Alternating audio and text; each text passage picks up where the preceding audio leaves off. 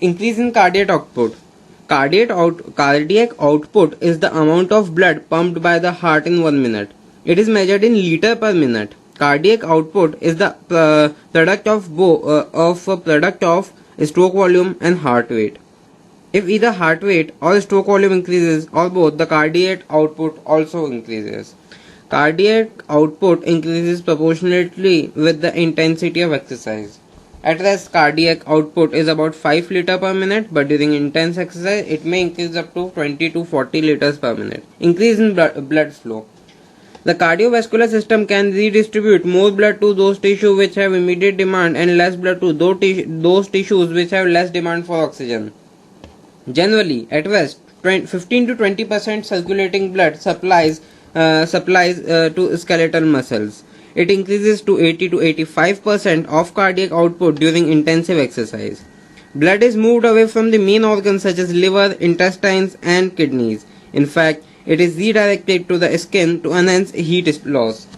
Increase in blood pressure.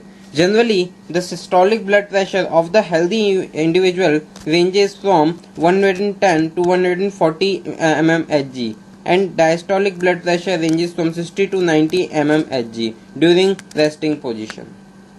During exercise, the systolic blood pressure can increase to over 200 mmHg.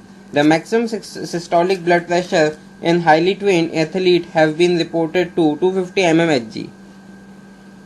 Diastolic blood pressure usually remains unchanged even during intensive exercise. If there is an increase of more than 15 mmHg and as exercise intensity increases, it indicates coronary heart disease. Long-term effect of exercise. After performing exercise for long term, certain adaptations take place in our cardiovascular system.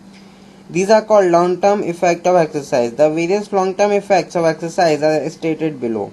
We have over here 9 long-term effects of exercise. The very first one will be increase in the size of heart. Second is decrease in resting heart rate. Third is stroke volume increase at rest. Fourth is increase in cardiac output. Fifth is increased blood flow. Sixth is decrease in blood pressure. Seventh is increase in blood volume. Eighth is quicker recovery rate. Ninth is reduced risk of heart rate.